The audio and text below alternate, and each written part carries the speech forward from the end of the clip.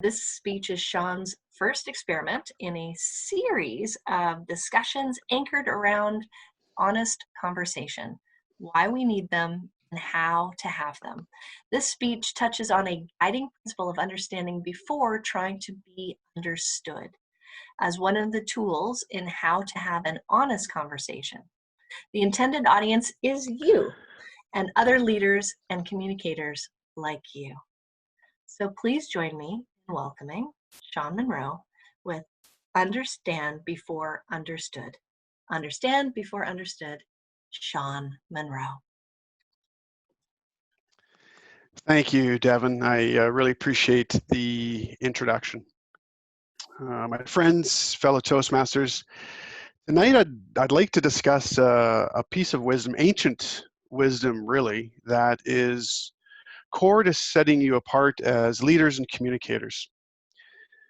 Striving to understand before being understood in leadership and the basic art of communication is one behavior that we see in the best leaders. Practicing this yourselves will bring you into that league of leaders that you truly look up to. Now, I don't know where the notion of striving to understand someone else before you try to make yourself understood comes from. However, I do know it's been around for a long time. So as I'm sure we're all intimately familiar with Diogenes, the Greek philosopher from around 400 BC, he's credited with saying, we have 2 ears and 1 tongue so that we would listen more and talk less. Maybe Diogenes would make a great Toastmasters evaluator. Not sure. We won't get a chance to ask him anytime soon, I think. Also, I'm certain many of you have heard of Stephen Covey and his 7 Habits of Highly Effective People. This was something like 25 million copies, 40 different languages, a wildly successful leadership book. In his 7 habits, seek first to understand, then to be understood, makes it to the list. Now, better minds than mine have been counseling us on this principle for a long time. I do, however, want to share a story of when I would have really personally have preferred to have been savvy to this notion of understanding before being understood. So I'll create the setting for you. So the setting here is a presidential summit. It's a summit between the US and the Russian presidents. Now, which particular presidents and which specific summit's not important. Just know that I happened to be at this particular summit of these 2 world leaders. Now, as you can imagine, these events have relatively high security. I had some extra time, and so I thought it might be interesting to sneak a peek at the US president. I worked out which hall he'd be walking through at which time, and so I planned my celebrity viewing to be, at that place at that time. Now, as I recall, it really wasn't that warm that day, so I was wearing a pretty bulky jacket. I also didn't have a bag or anything to carry all my stuff in, so I'd stuffed all of my miscellaneous belongings in one pocket of this jacket. So I now had this bulging pocket in this jacket as well. And I am pretty sure everybody here has been to a conference or an exhibition. And I'm sure you've found it frustrating how the name badge that's hanging on a lanyard around your neck kind of gets turned around so that nobody can see your name. Devin, Di, I'm sure this has happened to you, right? I'm looking for a nod. Okay, maybe.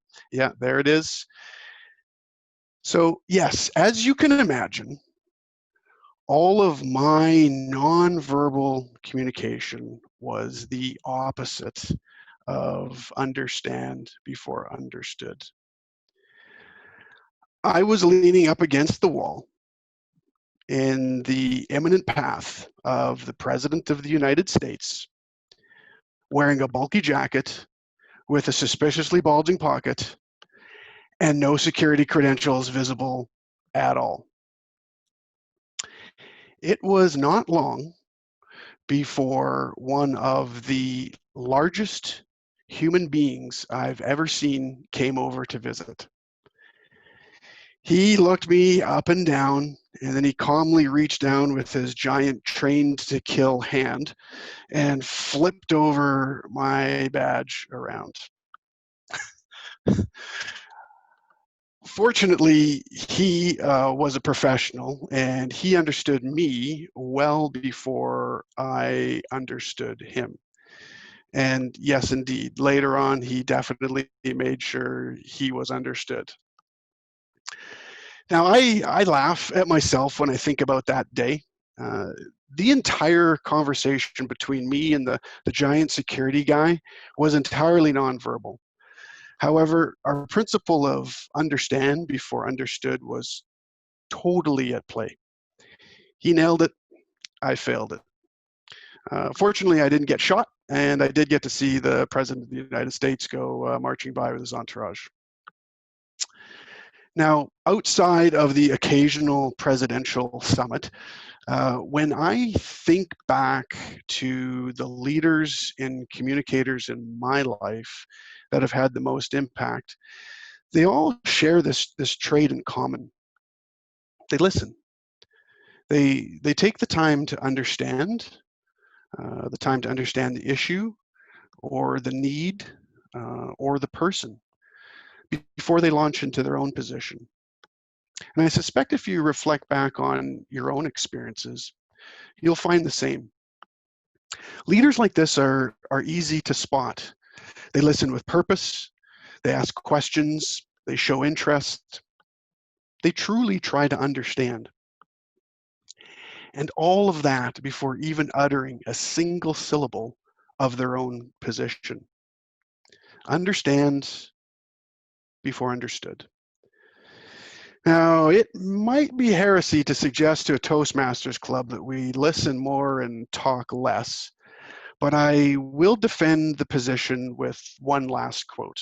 And this quote comes from Churchill. Courage is what it takes to stand up and speak. Courage is also what it takes to sit down and listen. Thank you for listening tonight, everyone. Devin, back to you, please. Thank you.